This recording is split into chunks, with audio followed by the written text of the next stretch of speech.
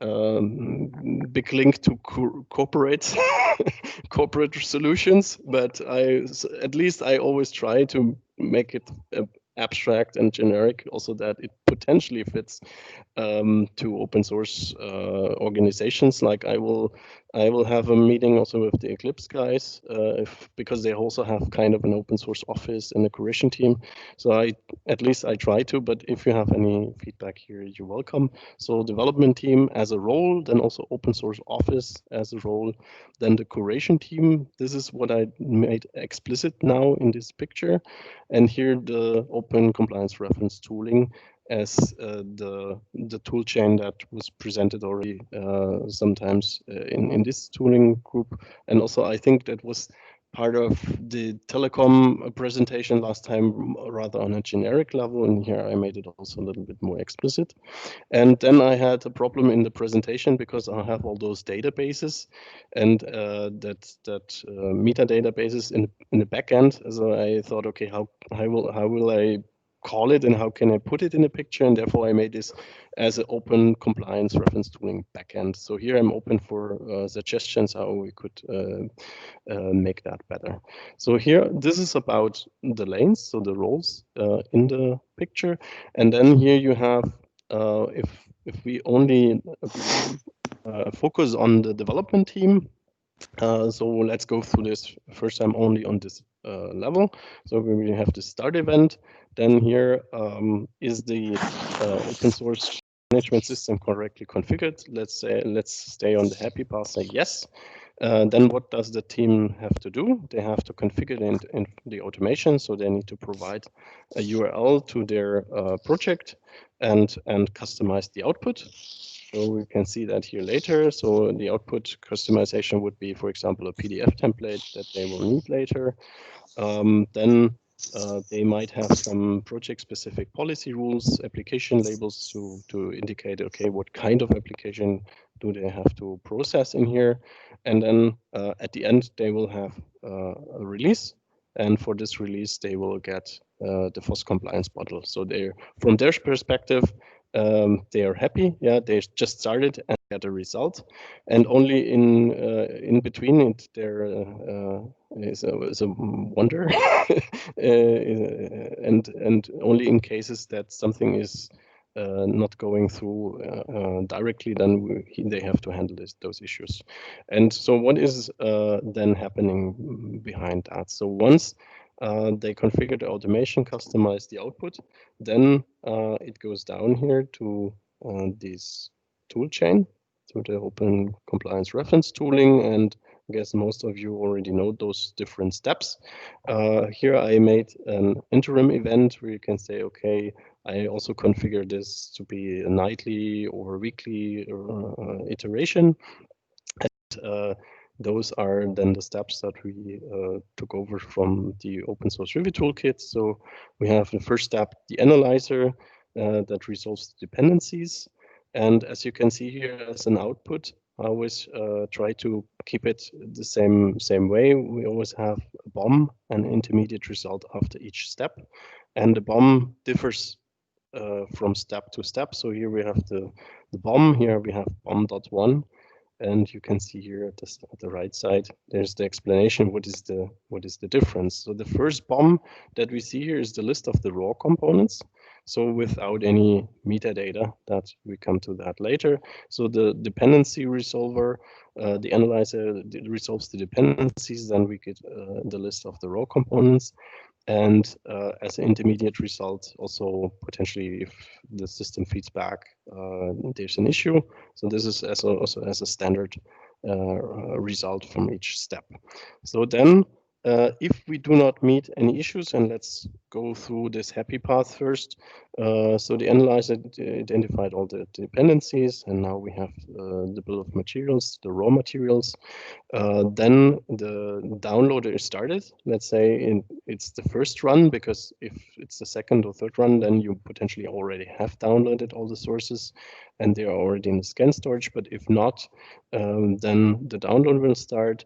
Let's say the download is also working without any issues. Then you have all the source code present, and then the scanner starts. And now the difference here between the BOM and the BOM.1 is the bill of material with metadata, and then you have the bill of material with metadata. And let's also assume there are no issues. Then with this bill of material enriched with metadata, then you go to the next step, to the evaluator. And here the bill of material will be checked against. And now here we have those inputs from this open source office lane. So here we have license classifications as an input, and potentially also policy rules. And if there are project-specific policy rules, they also would be added here. So what happens here? The evaluator will check the situation in the bill of materials against the policy rules and also the license classification. So if there's a license XYZ in this classification, it will be shown, and based on the policy rules will provide you an result. And this is now the difference between this step and this step. So here from the analyzer to the scanner, we have a change from BOM to BOM.1 in the content, because here we have the raw material. The bill of material with metadata. In this evaluator step, the bill of material will be the same that you can also see here. It's the same than in BOM.1, so there's no big change. But what changes here in the evaluator step is the intermediate result. So here you, in case there you have issues, then you would see this in the intermediate result. And let's go again, happy path. Let's assume there are no issues, so no policy violations, nothing. Then the next step would be the reporter. So we would have the bill of material, not only with the metadata, but also evaluated. Everything is all right, all policies were passed. And then in the last step, based on your, and here the application type comes into play, application label. Based on the application label, you would generate your context-specific post-compliance bundle. So that potentially depends on, do you have a web app or a smart app or embedded system? So sometimes you might need to provide a source code bundle together, or only copyrights, whatever. So this is the generated that does this, and this will be then the result that goes back to the team. They can use it for the release and provide it with their product. And so this would be the happy path. As I said, that would be full automation. And once this is installed and it's running, then you could have green lights in your build, depending also on your timing, or if you link this to your build system, trigger it by whatever pull request or whatever, then it runs through and automatically generates all the stuff, the reports, and you always get a green light. So that would be, yeah, the ideal case. Now let's switch to reality for this. So what happens is you do not get green lights all the time. So there might be issues already here in the analyzer, that you miss some information. For example, that dependency cannot be resolved. Then you need some manual interaction to resolve this. Then also for the downloader, there might be the URL to the source, but you somehow cannot download the stuff. Then you would have issues, and then your automation gets stuck. And most important then here in the scanner, if you try to enrich the components, and depending also on the scanners, just that the metadata is not there, or it's not where you expect it to be, yeah, then you need someone who needs to care about these issues. And then the curation team here, this is this lane, curation team comes into play, because for example, easiest thing, download does not work, then directly we can involve the curation team. They have to look, okay, what's the component, where are the sources, and at the end they would curate the component. And here we have a feedback loop back to this backend, where we have here then the scan storage, the metadata base, where they would update this manually with this new information. And then in the next run, in the next iteration, the automation should not get stuck anymore. And here, this is also now a detail that we saw for implementation would be good, because sometimes you only want to run through that and check that your automation is running, and potentially would accept some missing metadata, but once you want to release, you need all the metadata, because you need to do your evaluation.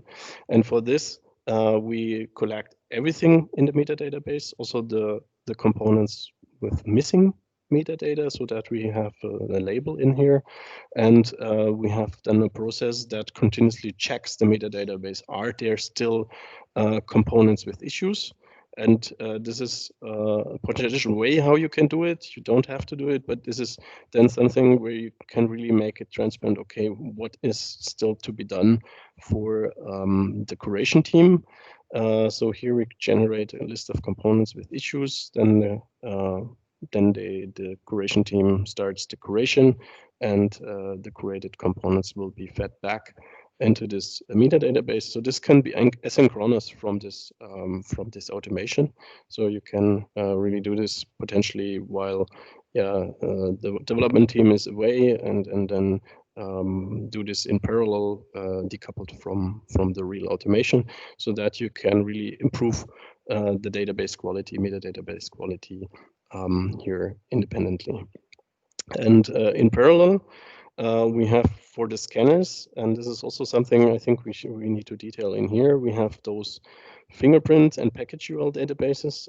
So package URL database would be, for example, the clearly defined, where we already potentially can have some shared information from clearly defined. If we observe a component where we do not find the metadata in the package, but then we could check it in clearly defined. If there was already a curation done, then we do not have to do it on our own in our curation team. So that would be cool. And also the other direction, in case that the curation team has curated data, so that they will also feed back this stuff into those package URL databases. In parallel, at least from my observation, as I see it now with scanners or the OSSQB.org, that they run some harvesters that continuously check the sources in the internet, and also try to collect as much as they can as information. But here there will be also the same issue, that if you have a robot that runs through that, and there you have metadata gaps, you always need then some manual interaction and for the data curation.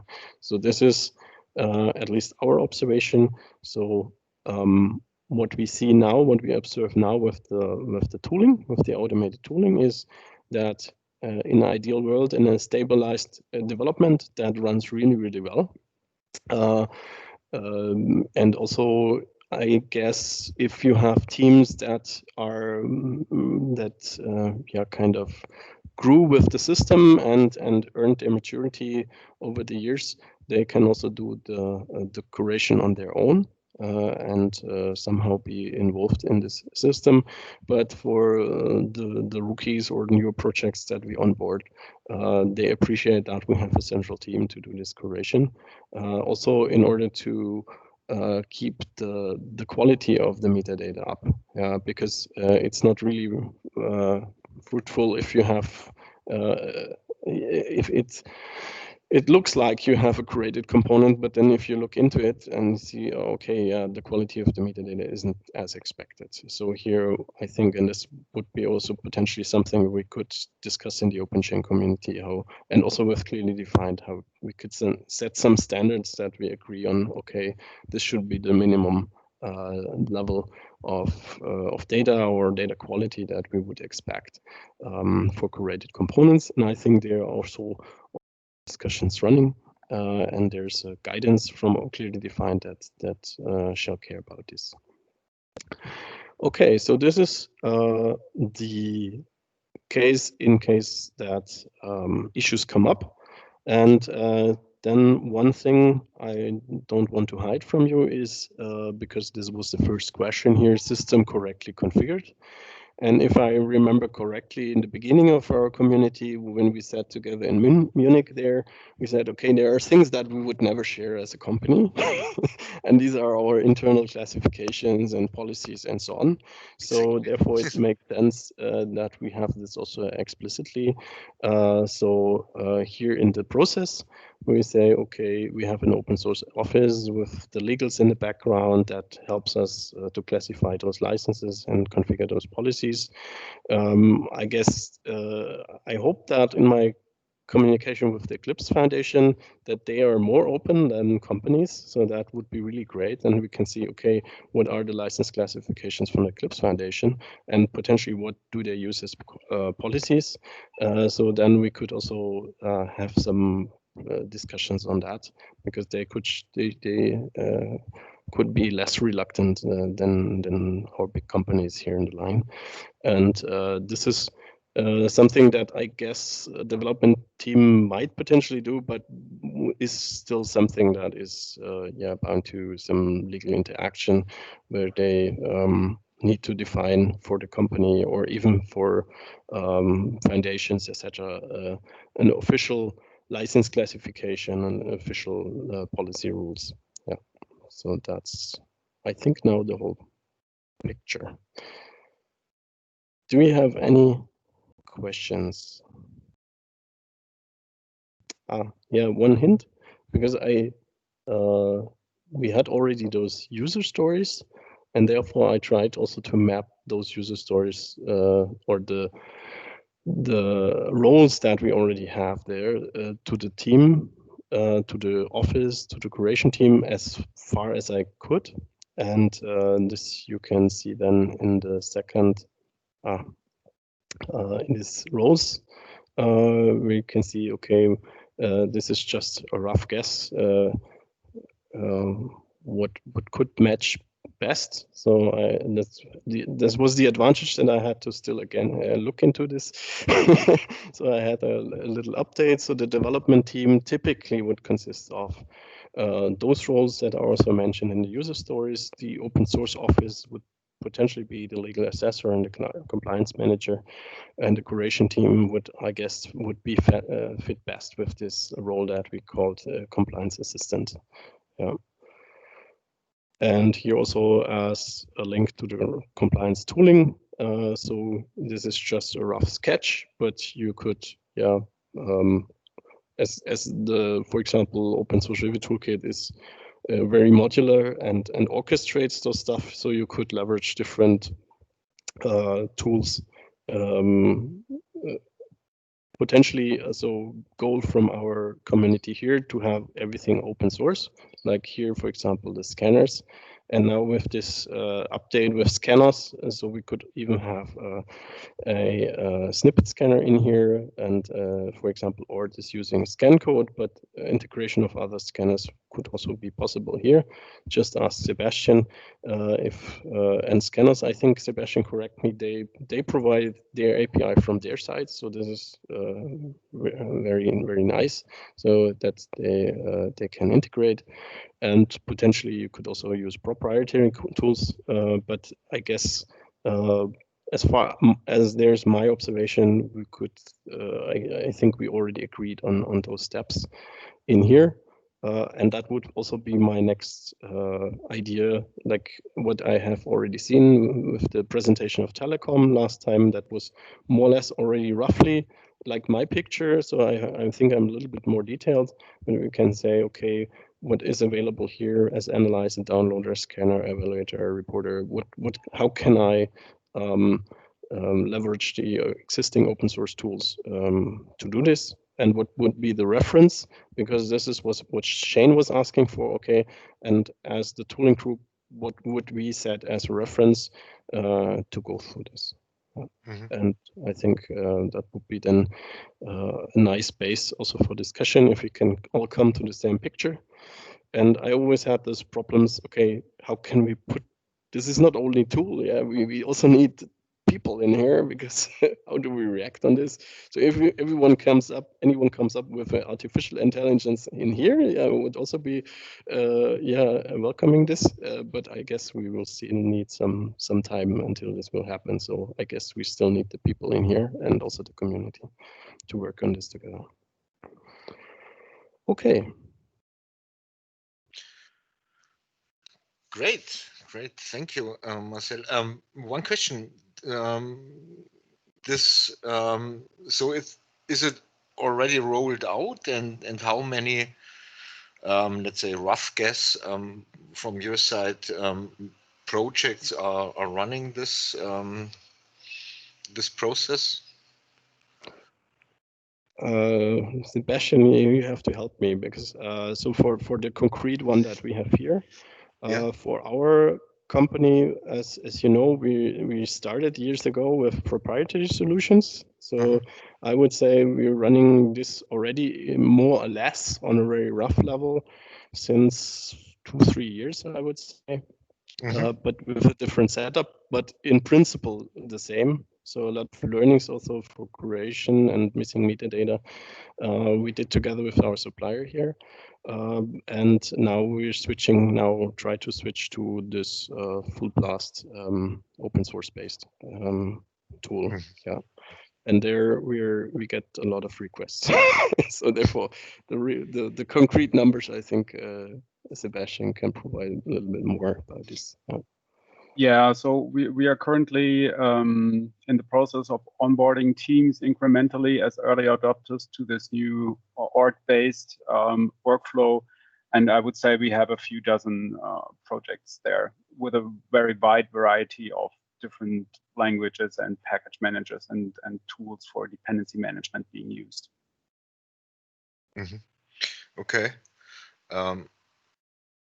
And I also have seen that Juan did a pull request about scan OSS to ORT. Can you perhaps, let's say, tell us a little bit about the state of this work, Sebastian? Yeah, so this was a nice surprise yesterday. We talked about this a few weeks ago, and I didn't expect to see results that soon. So that was really nice. But yeah, basically, Juan and we all agreed that we certainly want to see the first open source based snippet scanner to be supported in ORT. And yeah, it was, like I said, more or less a surprise that he was able to so quickly integrate the scanning, or at least the triggering of the scan into ORT. We still have a few pending topics with regard to the data model, because so far the ORT data model is more tuned towards, let's say, simple licensed copyright scanners like ScanCode, and we lack the data model for tracking code snippets. But this is an ongoing discussion, and I hope that we will be able to merge his pull request within the next 10 days or so, maybe 2 weeks. Let's see. Yeah, but that's the clear goal, to make ORT the general orchestrating tool here, not limited to certain types or brands of scanners.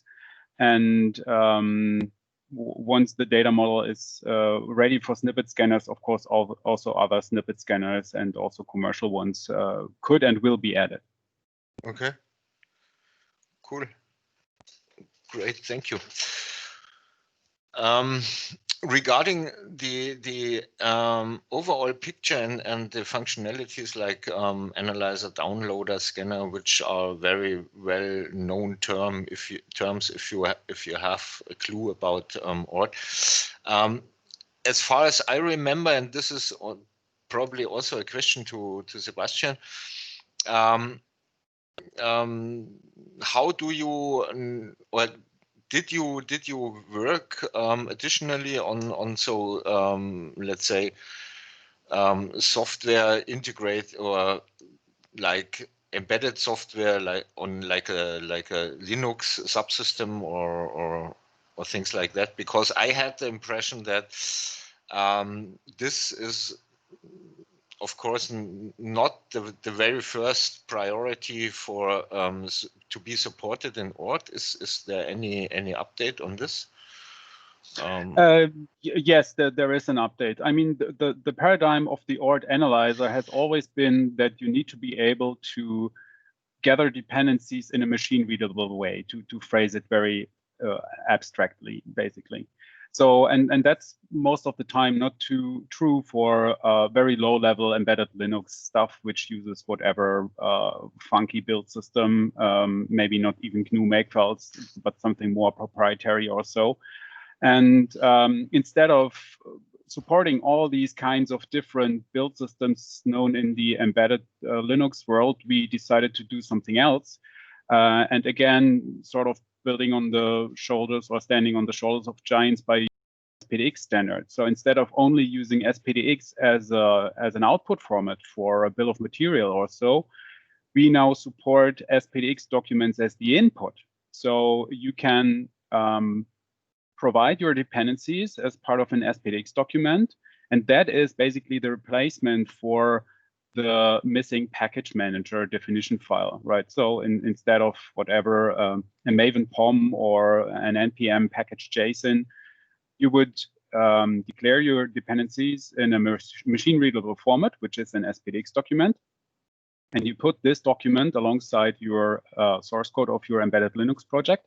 And then if you run the ORT analyzer on this project and it discovers this file, then it will use that as the input and then basically continue with the rest as of the pipeline as usual.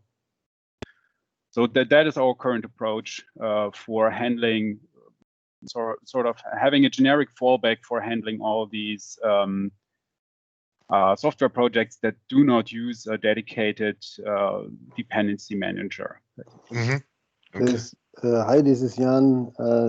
Sebastian, what is your experience about the inputs that you receive from this? I mean, we pretty much like the idea of using this kind of input, but unfortunately, our experience is that what we get is pretty much difficult to really process when we receive SPDX documents, starting from different versions and then from many interpretations on what to put where in these versions. Yeah, it's true. It's a bit, let's say, tedious to fill out SPDX documents. But when I say SPDX documents, I have to clarify, we only support SPDX specification 2.2 onwards, so quite modern standard, and only YAML and JSON files. We don't support RDF or tag value because these are really nasty to maintain.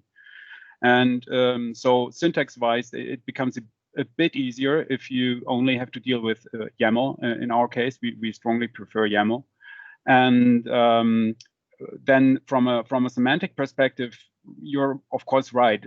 It's hard to check whether, for example, a developer has covered all dependencies that are really being used and entered those into the SPDX document. But we are adding over time incrementally some sanity checks here and there, and we are tightening the screws basically. So it becomes harder and harder to make typical mistakes when creating those SPDX documents. It probably won't be super error-proof, but you will always be able to make mistakes if you want to, basically. But we already made good work towards avoiding the typical issues. For example, a very typical issue is that you have to use SPDX references, reference strings, basically, all over the SPDX document. And the standard is not super clear about whether these are case sensitive or not. So, but our implementation was case sensitive. And we believe it should be, because otherwise you get into trouble if you were ever in the need to map these to RDF, for example. But anyway, so we now have some tolerance in there and say, okay, if the string is basically the same but case insensitive, we issue a warning and require the development team to address this. And then in the next run, when they fix the capitalization basically, or the spelling, then the error will be gone. So this is just a very simple example for things you could do. But it's also another observation that I already mentioned earlier. So it's cool to have an automation, but it will fill our queue here for the curation team every time it runs. Yeah. So the more we get, the more effort we. This is also what I want to bring to discussion today. So automation on the one side, but how do we handle then the results that we get with it? Because we're kind of partly overwhelmed when we get there, what we didn't expect, and like, okay, now we have the question marks how we can handle it. I see.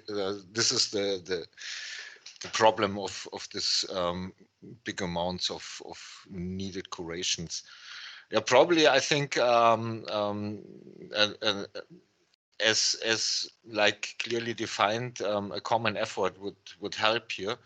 Of course, the first approach would be clearly defined for let's say also contributing curations back and profit from the other curations. And there you have the problem which you have already phrased, that okay, are these curations really good, or are they not so good? The other point is, of course, to go to the projects directly and try to help them in order to get to get the license conditions more in a way that they can be automated or automatically be processed. That's the other point. But I have a last question to you. So at least from my side, Marcel. So as far as I have understood the presentation, as instances you are using ORT, scan code, software 360, and probably in future scan OSS. Is this the entire? Are these the entire instances which make up this toolchain, or did I miss anything here?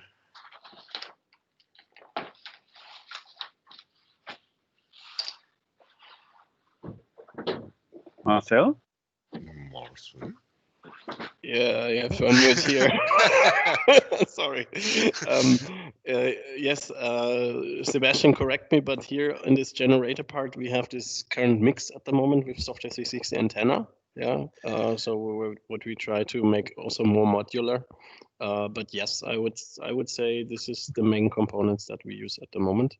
That we can say, okay, this is also running and can run through this process completely with those tools. Yeah. Now, maybe one more thing to add, because it's not a secret anymore, because the pull request is public in the ORT repository. We will also add support for FOSS-ID as a snippet scanner. So there is another instance basically that you may want to count in, and yeah. Yeah, but not open source. Yeah. Sorry. It's not Yeah. open source. Yes, that's correct. But I thought Oliver was just interested in the general other tools and services that we are using or plan to using. Yeah. That's right. But so I was also interested that having this process picture, we can directly map it to the instances of the available open source compliance tools, so that we have at least one right now as much automated as possible tool chain consisting of those up to now 4 or 5 tools. It doesn't already count ScanOS or not, and the other tools of course can be plugged into this scanner thing like FOSS-ID. Yeah, exactly. This was the idea, to say if you have in the supply chain someone who's, oh, I cannot afford all these tools, and we could say, here, look, here's the process picture, and here, these are potential tools that you could use to do this. Yeah, exactly. That would be it. But the missing thing, I think, and but we are already over time, so sorry for that. to extend the meeting a little bit. But the missing thing here is, of course, we have now the process picture. We have the roles described. We have the tools or the tool instances. But probably lacking is how to connect those tools in order to form this tool chain, you know? Now, that's exactly what ORT does. ORT is the connection. ORT is the orchestrator and the abstraction tool between those squares, basically. Okay. ORT is managing the data flow between the tools, basically. Okay. I see. But and there's something we should also not hide from the people, that you just cannot download the stuff and then it's done. But I think there's still some way to go to make this work.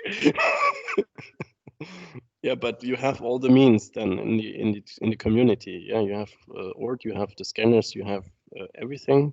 Then you potentially need some guidance how to set it up and to run it.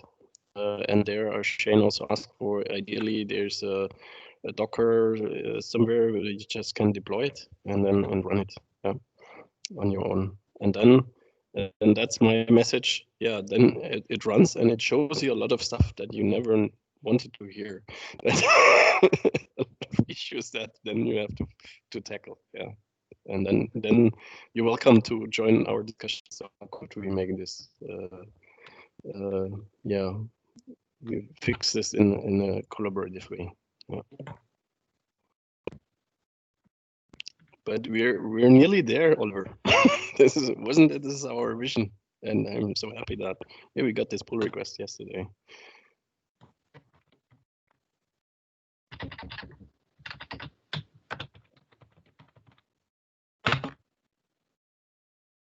Okay, I have to switch to my next meeting, unfortunately. So if you have, I will try to be there this evening as well, this afternoon. Yeah.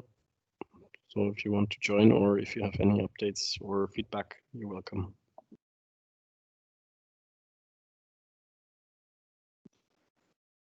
Okay. Thank you very much. Oliver? Yes. Thank you, Marcel. Thank you. And we hear each other either in the afternoon call or in 14 days. If you have any point for the agenda for the next meeting, please let me know. Write an email to me or to the mailing list, and I will be happy to set this topic then up in the agenda. Okay. Mm-hmm. Thank you very much. And again, I apologize for the inconvenience at the beginning regarding the technical issues. Thank you. Bye. Bye-bye. Bye. Bye. Bye.